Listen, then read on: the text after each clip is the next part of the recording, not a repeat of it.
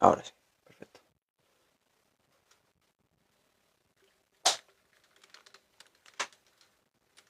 Bueno, buenos días.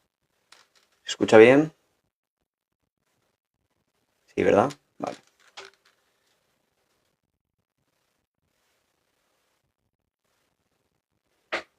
Este cable.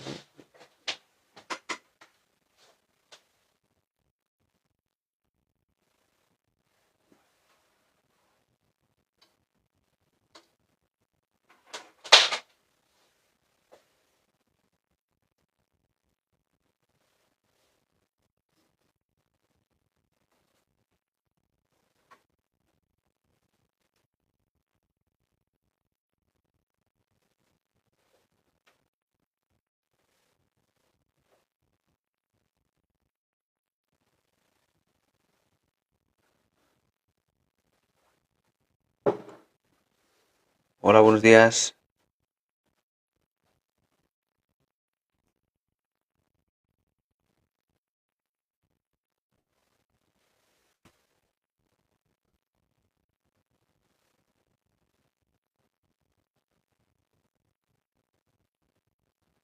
¿Qué tal? Buenos días. Ya estamos a miércoles. Parece que no han pasado los días de la semana. Madre mía, cómo pasan los días.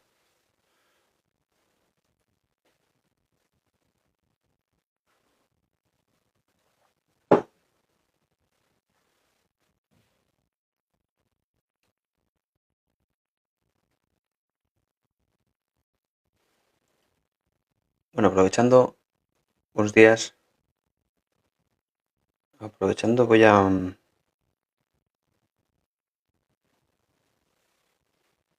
comentar una cosa. Hola, Mirari. Sí, hoy ya mejor, un poquito mejor, sí. Menuda semana he pasado. A ver, ¿qué quiero comentar? Em, una cosa que me ha llamado la atención de un comentario que no he podido contestar todavía.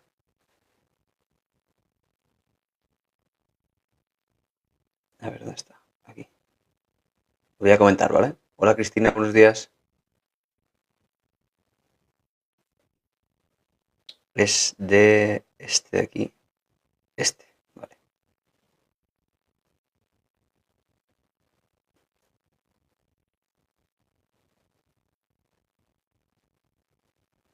Vale, este comentario. Quería comentar esto, ¿vale? ¿Recordáis el vídeo que hice ayer sobre cuando me preguntaba Leonesa, que no sé si está por aquí, que si hay algún problema con ser sentimental? ¿Os acordáis de ese vídeo? De un vídeo extraído de un directo, de hace 2 días, o de ayer. Buenos días. Y decía que en realidad, pues ser, es la primera vez que entras, pues bienvenida. Ser demasiado sentimental, yo decía en ese vídeo, que no es en sí mismo ningún problema, pero ni esa forma de ser ni ninguna. No son formas de ser que te lleven a tener problemas, sino que también tiene que ver con si esa forma de ser, característica personal, encaja con el entorno en el que te encuentras. Si la gente a tu alrededor pues es empática, cariñosa, agradable y le encanta que tú seas eh, sentimental, pues no habrá ningún problema. Y si la gente es fría, distante y no le gusta eso, pues te generará problemas. No encajas, digamos, no has encontrado el mejor contexto para tu forma de ser. Lo decía sobre todo porque no es un problema la forma de ser en sí misma, pero a la vez encuentro un comentario de Mamen que lo vamos a un poco extender. No sé si estás por aquí, Mamen. Me decía Mamen, no es cuestión de cambiar nosotros, esto en respuesta a este vídeo, pero sí de intentar mejorar nuestro entorno. ¿Qué pensáis? Vamos a sacarle los colores a Mamen. Hola Maribel, buenos días. Buenos días, Alberto. ¿Qué tal?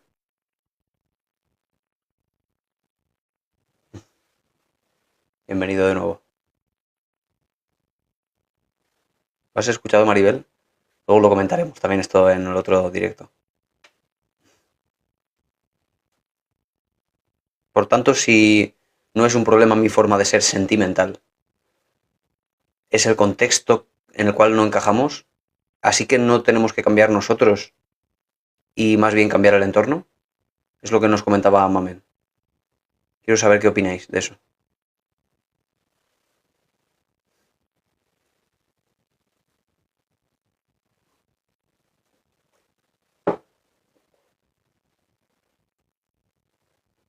Hola, Keka, buenos días.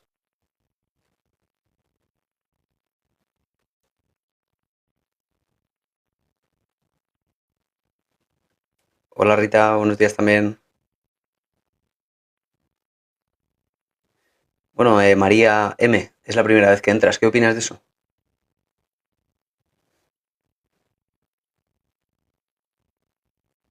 Ah, porque vas por la calle, vale. Buenos días, Sena. Sí, estaba comentando, Keka, de el vídeo que puse el otro día, de que la forma de ser de cada uno no es ningún problema, tiene que ver con si encaja o no encaja en el entorno en el que te mueves. Y me comentaban en un comentario que por lo tanto, no tenemos que cambiar nosotros. Tiene que cambiar o tenemos que hacer esfuerzos por cambiar el entorno. ¿Qué opináis de eso?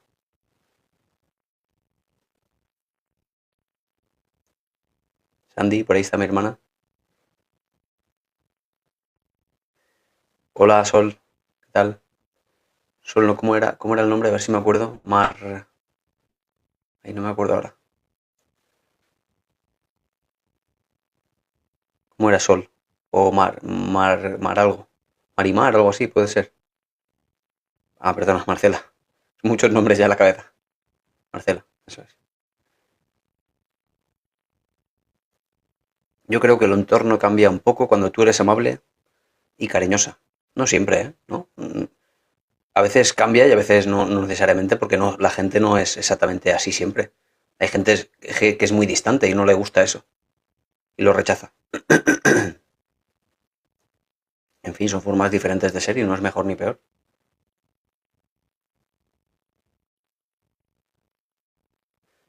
El entorno que le gusta a uno no es el mismo que el del otro, exactamente.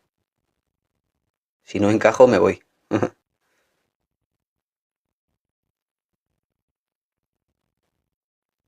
Yo creo que no debes cambiar por sentirte parte de algo. Debes encontrar tu sitio. A ver, María, si estoy de acuerdo, hay que estar bien con una misma. Si el entorno no acompaña, mejor otro. Sí, solo que hay entornos de los cuales no se puede escapar. A veces el entorno es tu marido y tu hijo o tus 3 hijos. ¿Se puede escapar de ese entorno? Bueno, sí, se puede escapar, pero es bastante más difícil que cuando el entorno se compone de 3 amigos o 3 amigas. Se puede escapar con mucha facilidad de eso porque puedes hacerte un nuevo grupo de amigas, pero no es tan fácil como digo en algunas ocasiones. O incluso para un adolescente que estudia, por ejemplo, en el instituto, ¿no? En, la, en cualquier, digamos, cualquier parte del estudio arreglado que no puede escapar. Es un entorno del que, por mucho que haga, podría incluso cambiar de instituto, pero de nuevo no es algo fácil de hacer. ¿Con qué facilidad se habla de escapar de un entorno? Efectivamente, Isabel, es que no es tan fácil. En ese entorno suelo adaptarme. Aquí la pregunta es, si no es tan fácil escapar, entonces ¿qué hacemos? ¿No tiene solución? ¿Me hundo en la miseria psicológica porque el entorno es incambiable o no puedo escapar de él? Claro, yo decía esto el otro día, y esto viene por un comentario, ¿no? Decía porque, bueno, la forma de ser sensible no es ningún problema, pero en un entorno hostil, quizá en el sentido de que no son sensibles, juzgan la sensibilidad como debilidad, etcétera, decía que el problema es el entorno en el que no encajas. Pero a la hora de hacerme esta pregunta, hola Leonesa, es por este comentario que me decías el otro día, que no el comentario, bueno, sí, fue un comentario tuyo, yo hice un vídeo de ese comentario, bueno, y en este aporte que nos hace Mamen, nos pone en su propio comentario, que entonces no tenemos que cambiar nosotros, tiene que cambiar el entorno. No sé si te acuerdas si lo viste, ¿no? Vale. Hola Evelyn, buenos días. Claro, yo no me refería tanto en ese vídeo, o más bien estaba haciendo una especie de análisis de qué es lo que pasa. ¿Qué es lo que pasa? ¿Cuál es el problema? El problema es tu personalidad. Y decía yo en ese vídeo que no es tu problema la personalidad, es más bien, como digo, el entorno también en el que no acepta como tú eres de forma natural. Pero no hablaba de la solución, yo hablaba del problema, haciendo una especie de barrido, de diagnóstico de cuál es el problema de alguien que sufre, bueno, lo que sufra por ser como esta persona es, como te pasa a ti, ¿no, Leonesa? Ahora bien, en el comentario de Mamen, en realidad está haciendo alusión a la solución, y es otra cosa. Y por esto hacía esta pregunta. Si hablamos de la solución a este problema, aquí es donde entra lo de, entonces, ¿quién tiene que cambiar? Pero no es el análisis del problema. Como digo, no es jamás el problema la forma de ser de una persona, porque no hay personalidades peores y personalidades mejores. No hay formas de ser, aunque lo parezca a veces, formas de ser mejores en el sentido de más extrovertido es mejor, más introvertido es peor, por tanto, no es cierto. Todo dependerá de qué significa para ti ser introvertido y cómo lo sufres tú. Si a ti te gustaría socializar con mucha gente, pero eres muy introvertido, ahí lo vas a pasar mal. Pero si para ti es maravilloso estar leyendo libros en casa tranquilo, o viendo películas y te parece que tu vida es estupenda, no hay ningún problema. Como digo, la personalidad no es un problema. Pero ya cuando hacemos alusión a la solución a un problema, al malestar asociado a un problema, como es ser muy sensible en un entorno donde no te entienden, ahí sí que tenemos que ya empezar a poner el foco en que la solución no es cambiar el entorno. Si la gente es fría a tu alrededor, no son empáticos, etcétera, ¿creéis que se puede convertir a esas personas desde tu partida, digamos, desde yo para los demás? ¿Podemos cambiar a los demás? No se puede. Si hablamos de la solución a eso, no es cambiar a los demás. El entorno no va a cambiar, claro que no. De hecho, cuanto más luchemos contra el entorno, a veces con gritos, diciendo, es que estoy harto de que seas así, es que estoy harto de que siempre me digas, es que cuanto más luchemos, precisamente más se pone el entorno a la defensiva, defendiendo con todo su derecho a ser cada uno como es, efectivamente. La solución no pasa por cambiar a los demás. La solución pasa por convertirnos nosotros mismos en personas más capaces de adaptarnos a ese entorno.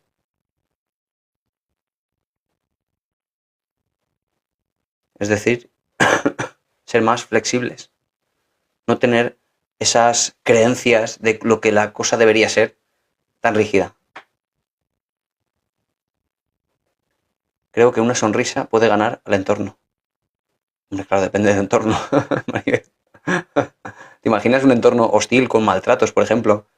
O con maltratos, no sé, psicológicos incluso, que hemos hablado tanto aquí, con mal rollo, digamos. Si hay mal rollo durante mucho tiempo sostenido, además que ha configurado una dinámica de años y años de hablarse mal, de contestarse mal. Claro, es más complejo que eso. Pero puedes cambiar tú, porque tú eres parte de ese problema. En este caso el problema es la dinámica y no la otra persona o tú. Como decía, hay que centrarnos en la solución. Sobre todo quería decir con esto que, por el comentario de Mamen, que ahora no se trata de que la culpa sea del entorno, ¿vale? Que podría incluso llevar a confusión. Por eso quería matizar esto. ¿Veis? Una cosa es qué es lo que pasa y otra cosa es cuál es la solución. En ese vídeo hacía referencia a qué es lo que pasa. Y el que no lo haya visto, que lo vea.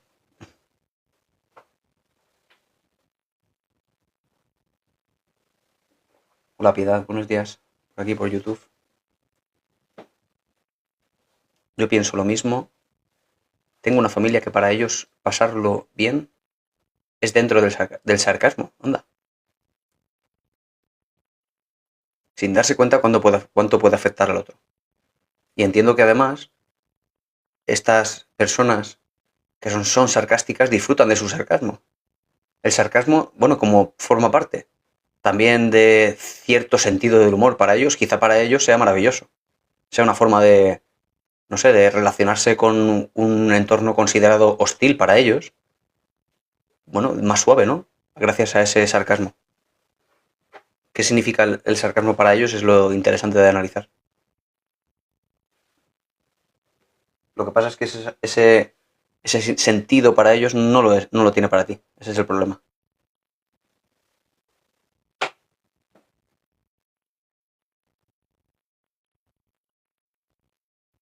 Personas más calladas son las que menos hablan. Claro. Aunque es una. Tiene bueno, es un comentario circular. Es como decir un círculo es más redondo que un cuadrado, claro. Un círculo es más redondo. Es una- Sí, pero creo que entiendo lo que quieres decir.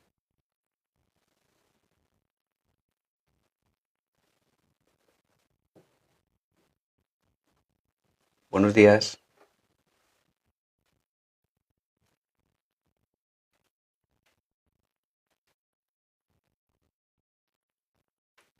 Solo llegué a la conclusión de alejarme de ellos. Y bueno, como siempre digo, yo no desecho la opción de apartarte de aquellas personas que no te aporten, que te hagan sentir, bueno, algunas cosas que no puedes controlar. No estoy en contra de alejarte, pero como digo, no siempre es posible. Y si es tu trabajo, por ejemplo, donde llevas años trabajando y no te es fácil cambiar de trabajo, no es tan sencillo alejarte de esas personas, claro. Es complejo. Y si es, como decía antes, un adolescente en el instituto, no puede escapar de esa clase. Va a estar años y años con esa clase. Por eso es tan interesante siempre la perspectiva de aprender a manejar a nivel psicológico una situación que la percibimos con una hostilidad que en sí misma quizá no tenga. Porque toda la gravedad percibida de una situación es psicológica. Así que toda esa parte es interesante siempre. Manejar las emociones de uno, la percepción de uno de las situaciones que vive, la cantidad de hostilidad que tiene una situación, la cantidad de injusticia que percibimos de una situación. Todo eso es psicológico. Y aprender a manejarnos en eso nos hace adaptarnos mucho mejor a cualquier situación, por muy verdaderamente hostil que sea. Y ya no hablo de que nos hablen mal, de que nos hablen con sarcasmo, hablo de hostilidades verdaderamente objetivas como, bueno, una dana, por ejemplo, un contexto de guerra, por ejemplo. Bueno, estoy con el café todavía.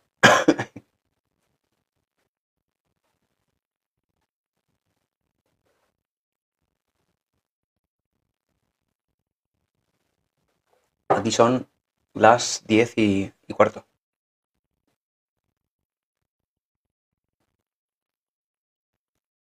Buenos días.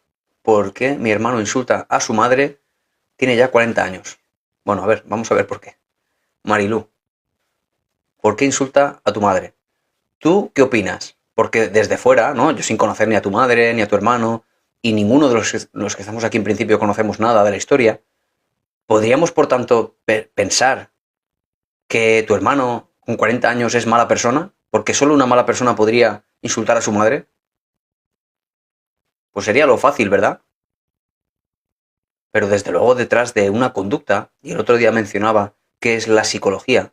La psicología es la ciencia de la conducta, que estudia la conducta de las personas, como por ejemplo que una persona insulte a su madre, y vemos qué es lo que hay detrás, de por qué una persona hace lo que hace. Para empezar está mal educado, mal educado por su madre. Es decir, es culpa de su madre que le insulte, por tanto, queca, según esto.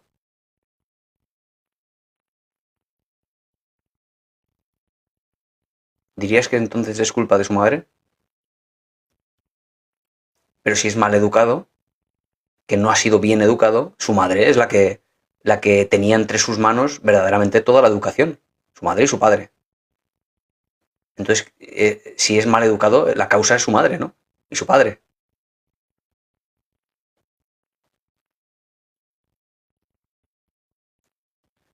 Ah, bueno, que para ti sería que él, que las buenas enseñanzas de su madre, no las ha sabido encajar.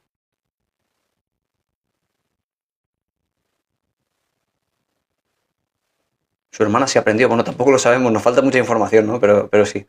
Sí, bueno, entiendo la perspectiva.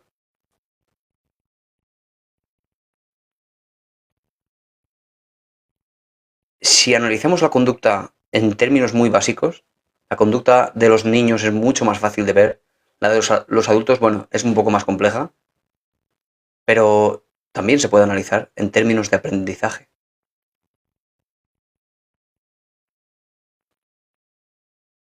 Con todos mis respetos, la gente cree que eres vidente y no psicólogo. ¿Pero quién cree eso? Yo creo que lo crees tú, más bien, ¿no? A mí no nadie me ha dicho que sea vidente. Sobre todo la gente que lleva tanto tiempo viéndome en directo. ¿Es posible que estés generalizando tus creencias a los demás, Isabel? ¿Puede ser o no? Aquí hay mucha gente que me ve todos los días, ¿eh? Entonces yo creo que nadie, de esta gente que me ve todos los días, considera que soy un vidente.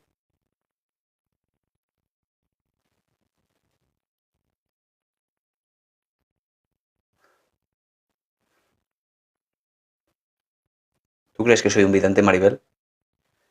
Bueno, en cualquier caso, la conducta de una persona tiene una explicación en base al aprendizaje.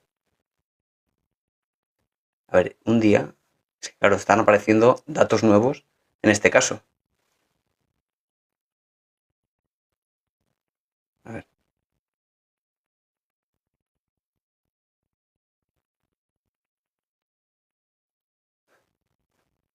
A ver, que me está apareciendo muchos comentarios y se me va. Parezco un niño con TDAH. A ver, es que hay muchos comentarios, ¿eh? A ver, me refiero a que hay preguntas que sin saber más. Entonces, vale, perdona, Isabel, entonces no he entendido yo. No he entendido yo lo que querías decir. Vale, dices que...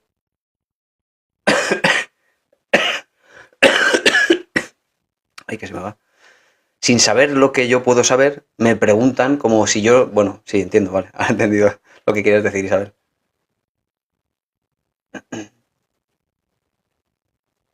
Sí, no quería decir... Isabel no quería decir que yo, en vez de psicólogo, soy vidente, sino que la gente, al hacerme preguntas de qué es esto, a veces piensan que yo lo sé todo por ser una especie de vidente. ¿Ha entendido?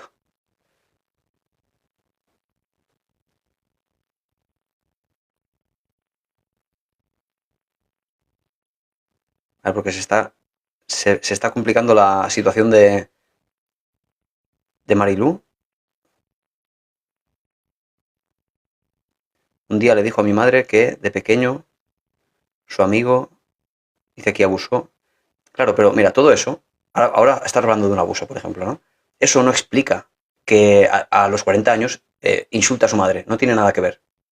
Alguien que no ha sufrido jamás abusos perfectamente puede insultar a su madre por una razón muchísimo más pedestre, mucho más de la hora, mucho más del por qué a día de hoy la situación se ha ido complicando tanto, de tal manera que en el día a día, cuando uno se enfada, es incapaz de gestionar su enfado y le dice un insulto a su madre porque no sabe gestionar eso, porque las consecuencias jamás han aparecido. Todo eso no tiene conexión con el abuso, por ejemplo. El abuso se correlaciona a veces con trastornos psicológicos en la vida adulta, pero el insultar a su madre ni siquiera es un trastorno psicológico. ¿Por qué alguien, y vamos a analizarlo en términos más sencillos, por qué un niño pequeño insulta a su madre? Y vamos desde ahí, tirando para adelante. ¿Por qué un niño pequeño insulta a su madre?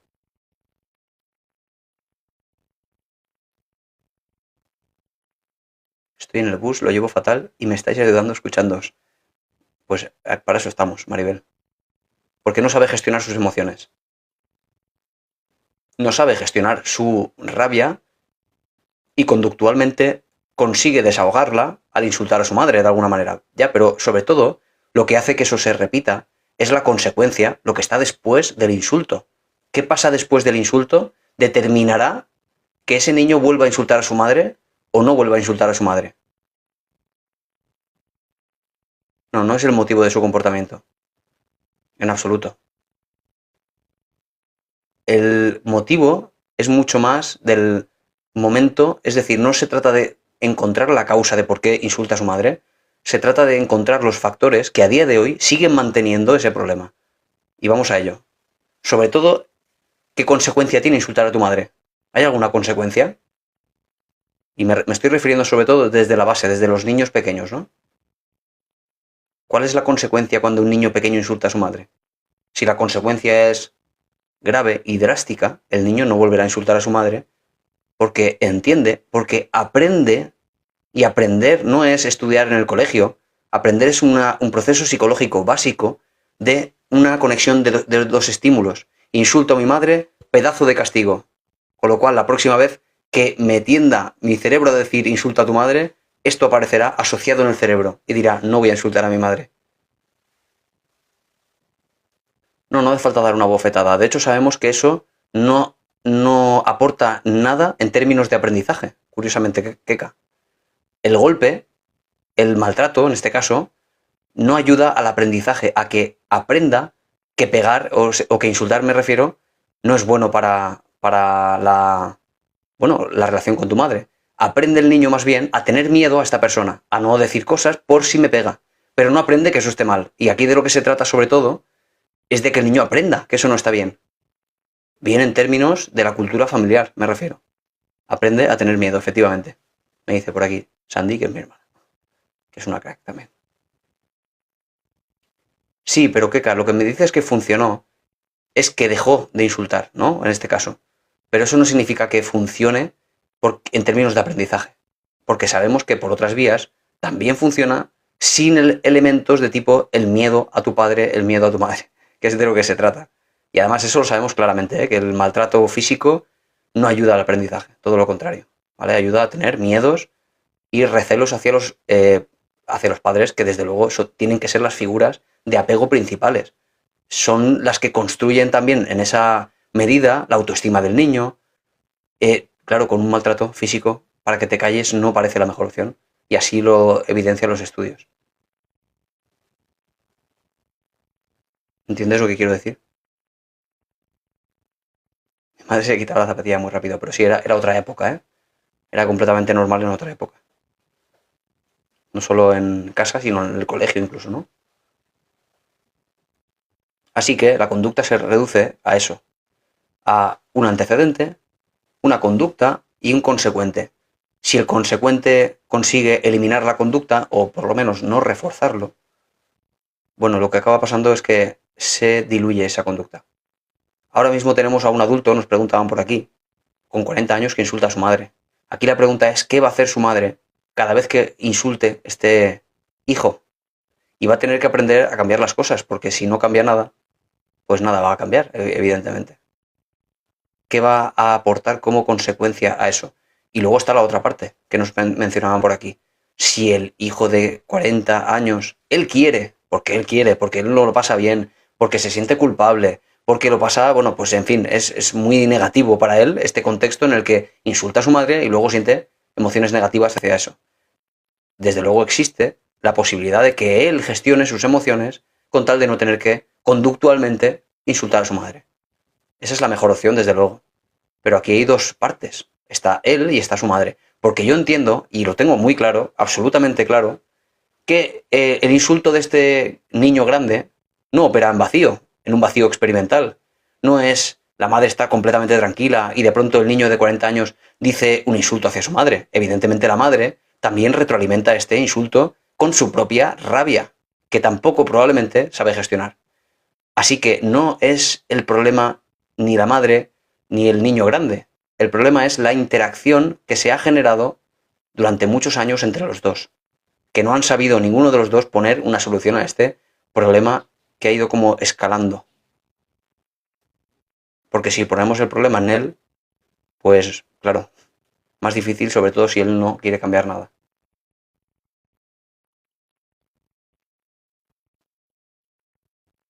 Pero bueno, si él quisiera cambiar cosas, desde luego es lo mejor. Sobre todo por el malestar que genera, ¿no? La culpabilidad, si existe, etcétera.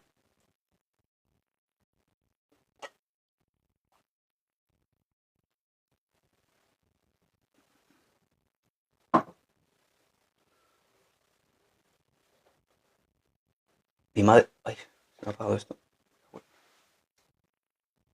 Espera, que se me ha apagado esto. poner el cable. Vamos a reconectar aquí en YouTube porque se me ha apagado el móvil.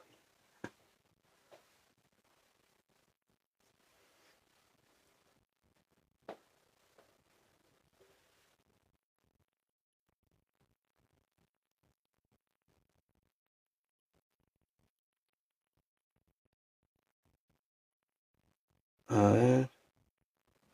¿Mi madre qué puede hacer? Me preguntas, Marilu.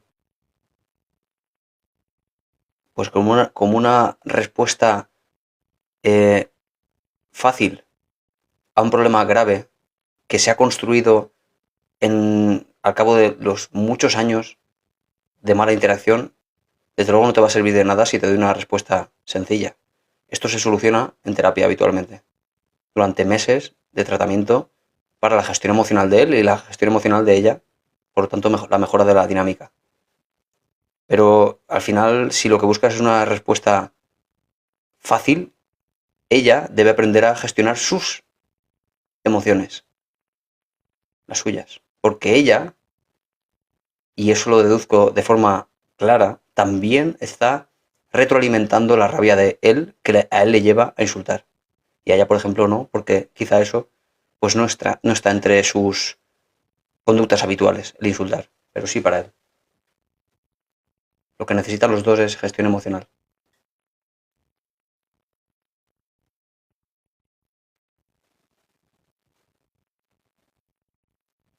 Si ellos pelean los dos, claro, evidentemente, Marilu, eso no me lo has comentado, que ella también pelea, pero evidentemente ella también forma parte del problema, claro. No había ninguna duda de ello. Nadie insulta a nadie en vacío, sobre todo cuando son personas que se conocen. En la calle puedes encontrarte una persona que va por ahí insultando porque tiene algún problema. Sí, pero alguien que se conoce, dos personas que se conocen, no insulta una a la otra en vacío. Siempre la otra persona está aportando algo y siempre ese algo que aporta la otra persona lo puede cambiar, con tal de mejorar la relación. Si la otra persona, sobre todo, no quiere cambiar nada. Buenos días, David. ¿La adicción es una enfermedad para toda la vida? Bueno, a ver, Rubio. No es que sea una enfermedad para toda la vida, pero así es como se considera, es una forma de proteger al paciente. Cuando alguien es exfumador, por ejemplo, claro, de alguna manera se le dice esto de vas a ser exfumador toda la vida, porque de esa manera lo vamos a proteger. Si ya no fuma, y hace 5 años que no fuma, claro, es adicto todavía y lo va a ser toda la vida, no lo es en realidad. Es una forma de conceptualizar un problema con vía a una solución, que es la solución de la evitación de recaídas. Pero no es un adicto. No tiene ningún problema realmente. Mi hermana, por ejemplo, es exfumadora. Está por aquí, Sandy. Ella hace muchos años que no fuma. ¿Es adicta, por tanto, a fumar? No es adicta. En términos estrictos, no es adicta. No tiene ningún problema con el tabaco. Pero así se considera, y digo de forma narrativa, coherente, para que esto le ayude a no caer otra vez en el fumar, en el decir, oye, estoy en una boda, me apetece fumar, oye, o alguien le ofrece, claro, el poder conceptualizarse a sí mismo, integrar no es que soy una adicta toda la vida, tengo que llevar cuidado, eso, que si eso le ayuda, pues maravilloso, pero no podemos decir en realidad, de forma tajante, que sea una adicta para toda la vida. Más bien es una especie de postulado, bueno, teórico para la propia persona para que eso le ayude, pero hay veces que no ayuda, hay veces que todo lo contrario, hace sentir a la persona muy mal. Claro, si eso es así, no funciona y no vale.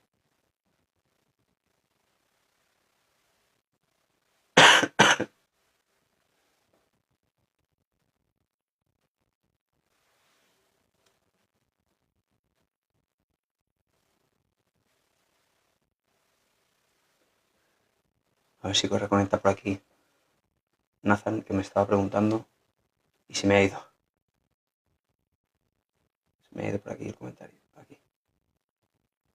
A ver si reconecta.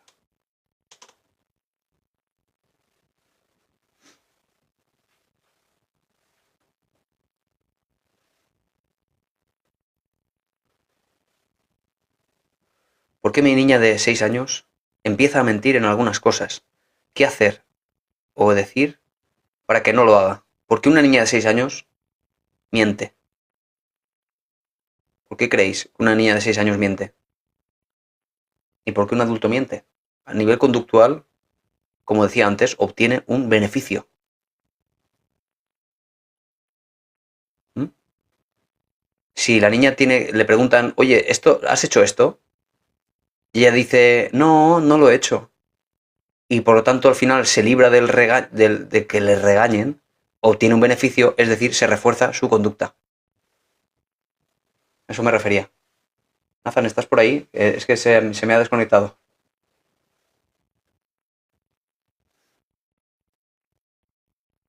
Claro, por eso Lisette, precisamente por miedo, ¿no? Tiene miedo, miente, ¿y qué siente cuando miente y no le pillan? Precisamente siente alivio frente al miedo. Dice, ay, me he librado. ¿Qué pasará, por tanto, la próxima vez que sienta una mínima tensión cuando haya hecho algo, bueno, reprobable? ¿Qué va a pasar? Que dado que la anterior vez le alivió el mentir, bueno, se está reforzando la conducta de mentir. Es un problema, como veis, conductual, puramente conductual. No hay creencias de por medio. Es una conducta y un refuerzo. ¿Cuál es el refuerzo en este caso? El haberse librado del castigo. ¿Por qué miente, por tanto? Porque está encontrando en la mentira una forma de salirse o de sentir alivio al malestar. Una forma, desde luego, disfuncional.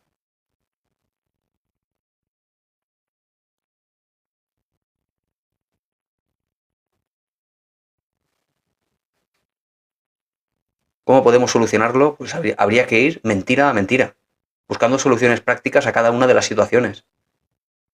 Claro, aparte de poder hablar con ella, que ya tiene 6 años, claro, a nivel cognitivo se puede trabajar algunas cosas, se puede trabajar, porque ella ya, desde luego ya entiende, ya puede expresarse muy bien, ya puedes explicarle que la mentira en sí misma, pues, bueno, tiene sus consecuencias y luego intentar aplicarlo cuando ocurra. Pero claro, a veces te enterarás, a veces no. ¿Tú sabes detectar la mentira en una niña? ¿Qué pasa? Digamos, ¿te has dado cuenta qué pasa cuando tu hija te miente en su cara? ¿O qué pasa cuando dice la verdad? ¿Eso lo llegas a identificar de alguna manera?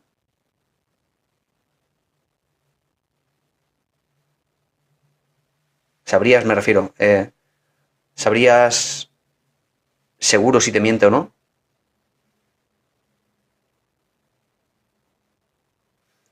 Yo en mi hija lo tengo clarísimo. Siempre pasa lo mismo con mi hija. Siempre, siempre. Es un patrón. ¿Por qué? Porque es una niña.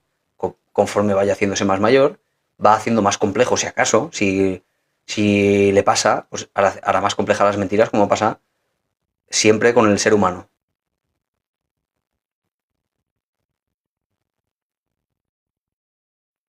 Cuando la pillo me dice, lo siento, lo siento. ¿Qué hace cuando miente? ¿Qué le ves?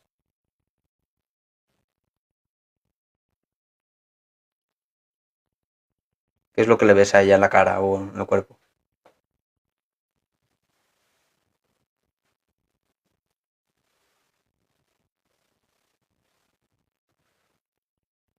Como que le da vergüenza.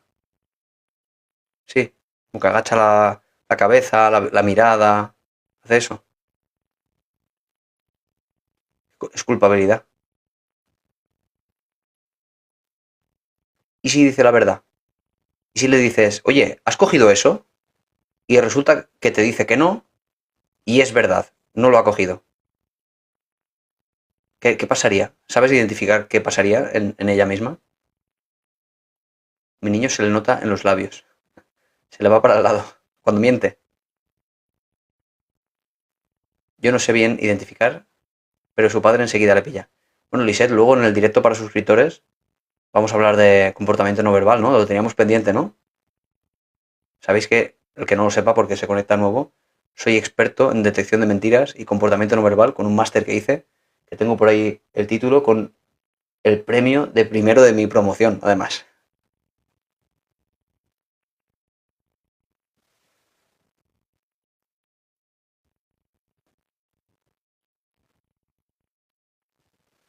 El caso es que un niño pequeño, porque los adultos se va haciendo un poquito más complejo. Pero también tiene sentido esto, ¿eh? Cuando el niño dice la verdad, ¿y en qué ciudad? No, el máster fue online, por la universidad ¿cómo se llama? La UDECA de Madrid y Behavioral Law, que se llama Evidentia University.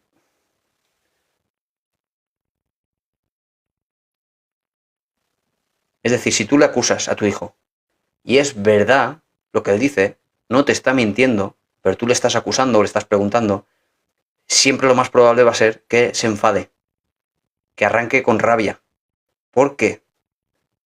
Y siempre hemos dicho esto. ¿Cuál es la causa de la mentira? Que consideramos la situación injusta. Si tú le acusas y él dice la verdad, pero le acusas de la posibilidad de mentir, el niño siempre va a arrancar con rabia. Le dices, por ejemplo, ¿has cogido esto? Y él te dice, no, no, no, no. Sí que lo has cogido, yo creo que lo has cogido, seguro que no me estás mintiendo. Y te dirá, que no lo he cogido, que no. Con rabia, y lo verás en su cara. Pero si es mentira y te dice, no, no, no, mostrará expresiones de miedo, de culpabilidad también, si se siente culpable, o incluso un poquito más mayor de desprecio. Es decir, no, no lo he cogido. Expresiones de miedo, no de rabia.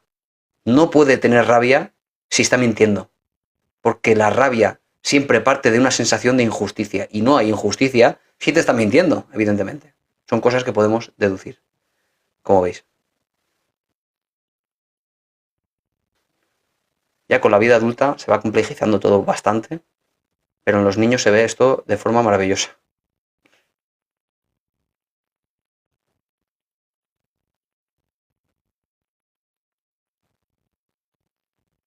Cuando es verdad, y le digo seguro, se pone a llorar, y ahí sé que es verdad.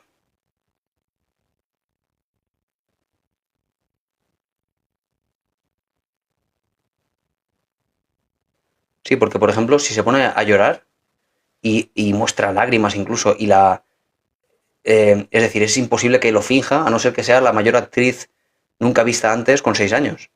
No se puede fingir la tristeza, por ejemplo, a ese nivel. Sobre todo si ves esa expresividad facial tan marcada, porque no es fácil fingir eso. Si existe esa emoción, es difícil que esté fingiendo. Como digo, de adulto se hace más complejo, aunque también se puede identificar el intento de falsear una expresión facial o de la afectación en la voz, etcétera. Se puede intentar fingir, pero detectar las señales que nos hacen saber que no es una emoción real. Todo este mundo es muy interesante. Y yo esto lo aplico, pues en mi caso, a mis pacientes. Sobre todo con vías a ayudarles siempre. No es como en el caso de la criminología, que lo que busca es resolver casos, ir en contra del que tienes delante entrevistándolo porque te está mintiendo. Claro, en el sentido de, en mi caso, es todo lo contrario, es para ayudar a la persona que a veces miente porque no quiere a lo mejor pues decir alguna cosa que, bueno, que piense el paciente que pueda yo juzgarle o lo que sea, y yo tengo que saber si me miente o no me miente, claro.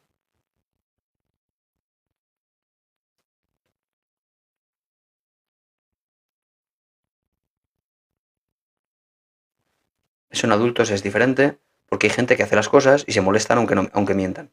Claro, sí, por ejemplo, Jessica, podría alguien fingir que se enfada, por ejemplo, y eso es muy habitual. Fingen que se enfada porque saben que eso es más realista, pero un niño no.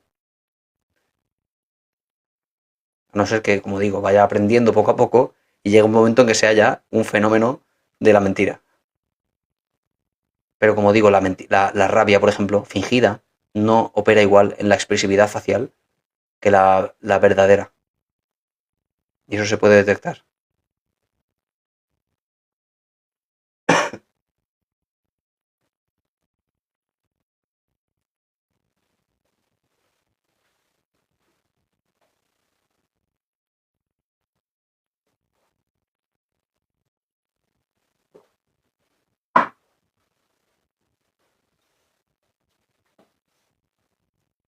A ver, ¿estás por ahí, Nathan? Veo la pregunta que me has hecho antes, pero como se ha desconectado, ya no sé si estás ahí.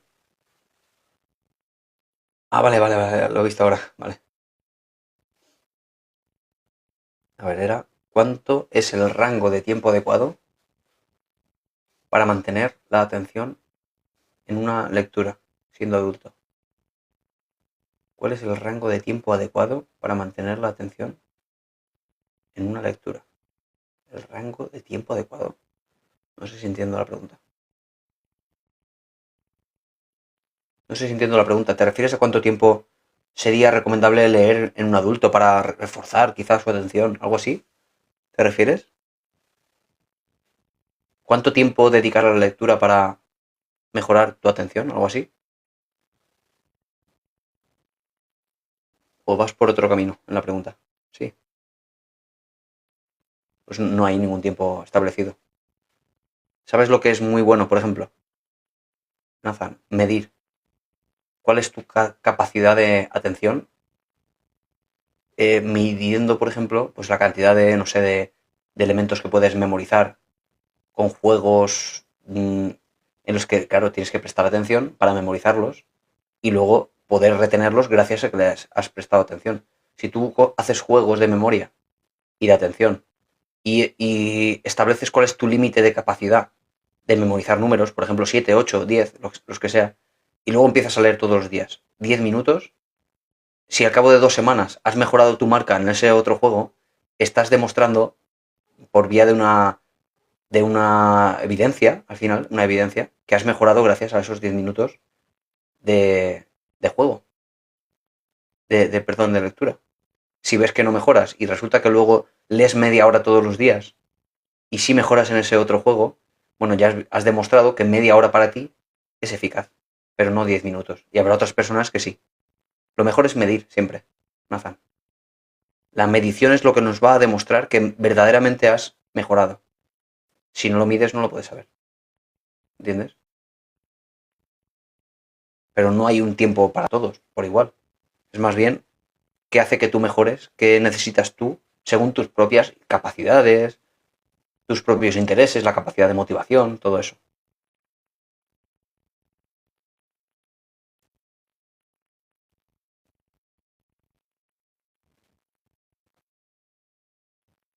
A ver qué pasa, Keka.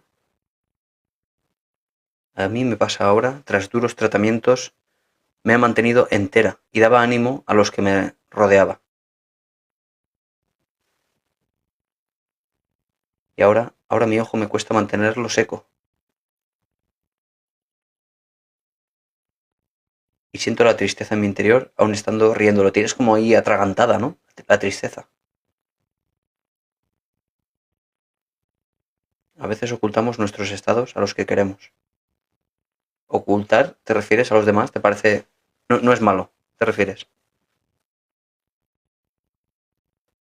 Bueno, sí es malo, ¿no? Al final. No porque lo sea en sí mismo, no porque sea una ley del universo, pero lo es para ti, ¿no? Y es suficiente con eso. Lo es para ti porque lo estás pasando mal, con lo cual sí es malo, para ti. ¿Ves lo que quiero decir, Keka? La pregunta de si es malo aguantar para que los demás no se sientan mal, no existe la respuesta, no es sí o no. Pero cuando hay malestar asociado, entonces sí es malo. Es malo para ti, para tu propia experiencia.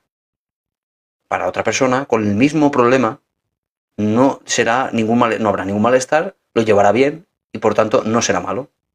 Aquí lo de malo y bueno no existe. No son términos absolutos y generalizables a la sociedad. Pero es malo para ti. Por tanto, algo debes cambiar. Eso es lo que te dice tu mente, tu malestar, tu emocionalidad. Te dice que algo está fallando. Y por tanto, algo tienes que cambiar. Tendrás que desahogarte, quizá. Poder llorar con alguien. Poder permitirte llorar con algunos miembros de la familia, a los cuales consideras quizá más débiles de lo que son. Es decir, que si ven que tú te derrumbas, entonces se van a derrumbar y va a ser una catástrofe. Quizá eso sea un error. A lo mejor ellos no son tan débiles como consideras. O a lo mejor ellos te van a aceptar la tristeza más de lo que esperas. Todo en tu cabeza te está generando una limitación a la hora de mostrar tu emocionalidad. Son creencias que has desarrollado y a lo mejor no son así. No lo sé, igual sí, pero son creencias que tú tienes. Tendrás que ponerlas a prueba o al menos algo vas a tener que cambiar, sin ninguna duda. Si no cambias nada, pues como siempre, no va a cambiar nada. Ya lo sabéis. si hay malestar, siempre hay algo que cambiar. ¿Mm?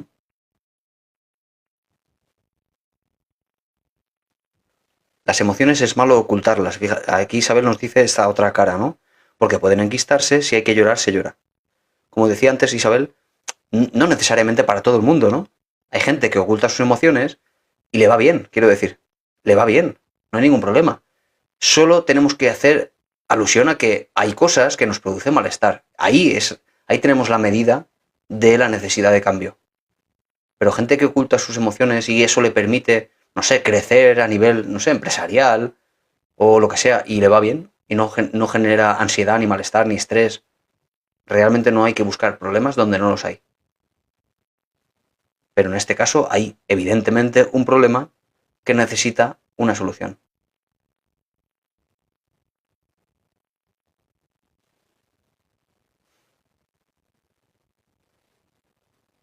Bueno, en vez de esperanza vamos a hablar de qué vas a hacer. La esperanza no te va a salvar de esto, porque la esperanza supone esperar pasivamente, y eso no va a cambiar nada. Vamos a hablar de qué puedes hacer más bien, como por ejemplo decir a un familiar lo que sientes, desahogarte, decirle aquello que has estado ocultando. Eso sería cambiar las cosas. A lo mejor no a todos, pero a uno. Es decir, este día voy a decirle a esta persona lo que siento. Eso cambiaría las cosas. Hay que ser realista en todos los aspectos de la vida. ¿Qué te refieres con esto? Zarit.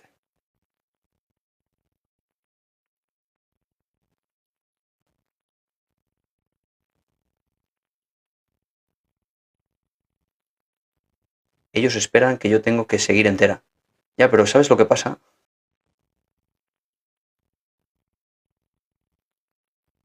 Ellos esperan que yo tengo que seguir entera. Ya, pero ¿sabes lo que pasa? Grandísimo problema. ¿Sabes?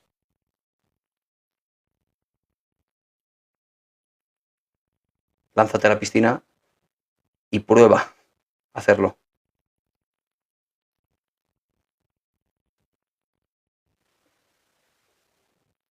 Aceptar la realidad tal y cual es.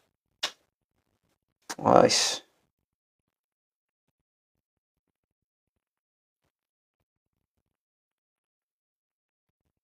aceptar la realidad tal y cual es. ¿Cuál es la realidad? ¿Está mal hecha mi pregunta? A ver qué pregunta. No la he visto. No, no la veo. Tu pregunta. A ver, vuelve a formularla. A ver si es que se ha borrado.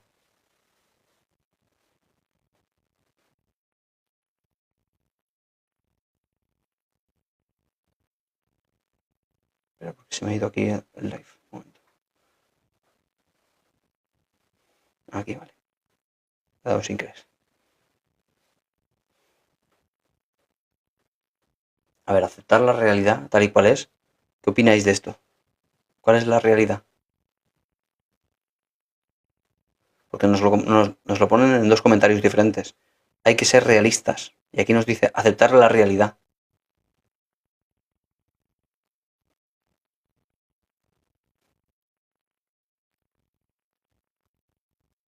Todo lo que te pasa en el presente y por ende en todos los tiempos.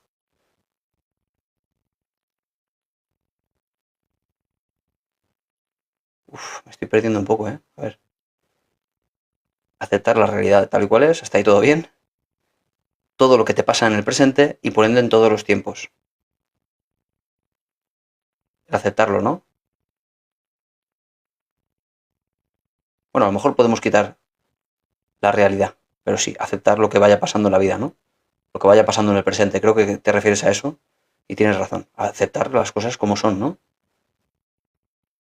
Ahora bien, la realidad es un término que nos lleva mucho a equívoco, porque ¿cuál es la realidad? La realidad como tal, objetiva, absoluta y verdadera, en este sentido de verdad absoluta, no existe. Pero si quitamos ese término, me parece correcto lo que dices.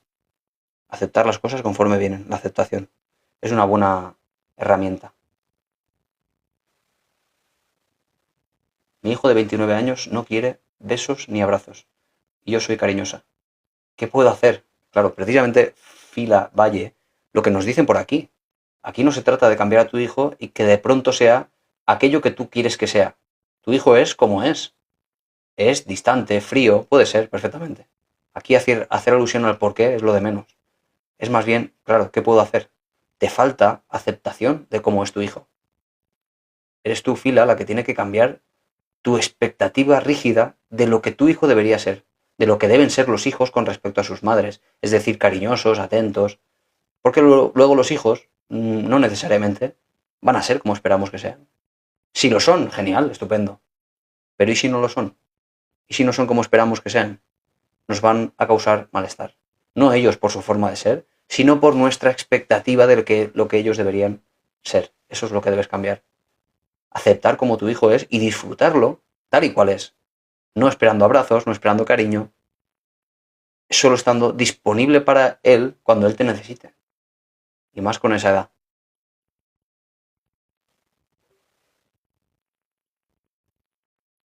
Eso es lo que puedes hacer. Pero cambiarlo para que te dé más besos, para que te dé más abrazos, no puedes. Puedes pedirlo con cierta asertividad, decir, oye, me gustaría que me dieras más cariño, que me dieras más abrazos. Quizá eso haga que él, bueno, quizá que cambie algo, pero no es ni siquiera probable. Uno es como es.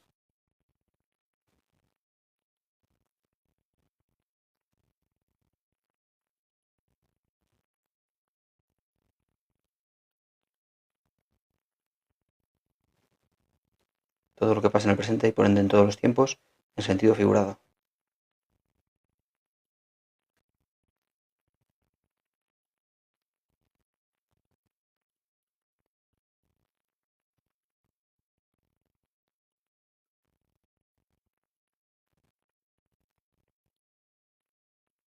A ver, extraño a mis pequeñas, ahora con 22 años. No es lo mismo, sí hemos hablado muchas veces de esto, de cómo los niños se hacen grandes y, claro, ya no van a presentar toda la necesidad que tienen en la infancia de sus padres, que son prácticamente para ellos auténticos dioses, que todo lo pueden, todo lo saben y que necesitamos desde luego de ellos para prácticamente todo. Cuando uno se vuelve adolescente, todo eso cambia para casi siempre ya.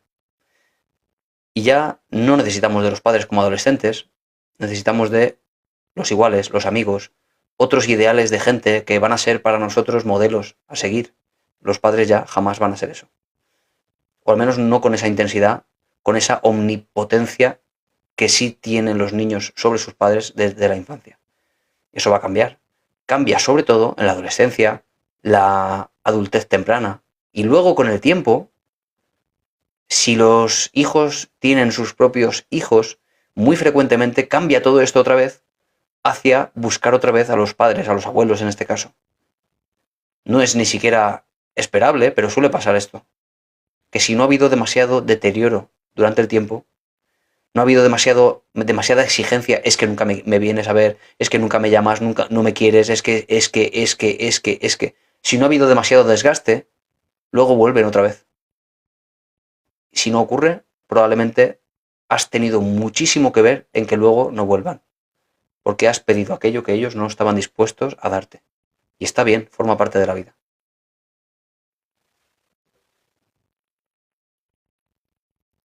Gracias a ti, Reynoso.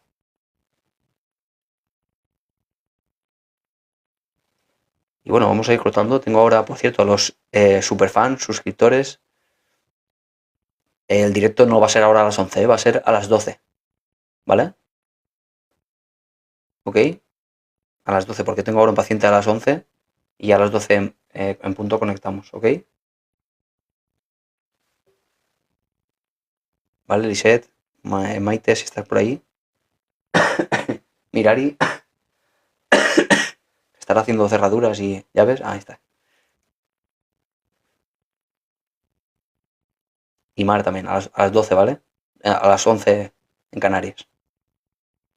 Maribel, Mil gracias cada día. Eres el mejor. Gracias a ti, Rita. Y a ti, Sonia. Qué grande eres y cuánto nos ayudas. Siempre aprendo mucho de ti. Gracias, Carmen. Sonia. Ah, es tu cumpleaños, Leonesa. ¿Cuántos años cumples?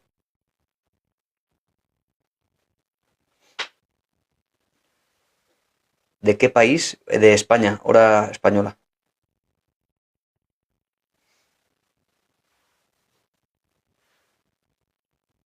Mm, Muchos. Bueno, chicos, a ver qué opinas de las personas que suelen estudiar varias carreras. Hablamos de esto. Hoy es miércoles, por cierto. Esta noche a las 8 vuelvo a hacer directo. A las 8 hora española, 8 de la tarde vuelvo a hacer directo. ¿Vale? ¿Qué horas? Eso, yo siempre hago los directos a las 10 de la mañana, de lunes a viernes. Y los miércoles además hago otro por la noche, ¿vale? A las 8, ¿vale? Así que muchas gracias, voy a despedirme, que tengo que conectar vía online, ¿vale? Bueno, chao, chao, de aquí por YouTube voy a despedirme. Adiós, Nathan. Pregúntame esto, porfa, o recuérdamelo, si te vienes esta noche o mañana, ¿vale? A las 10. Un abrazo, Nathan, y a los demás. Otra que su cumple, Lice Cuestas.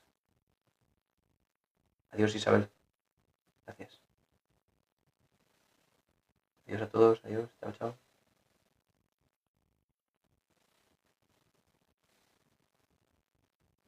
Mira cuánta gente, 149 personas.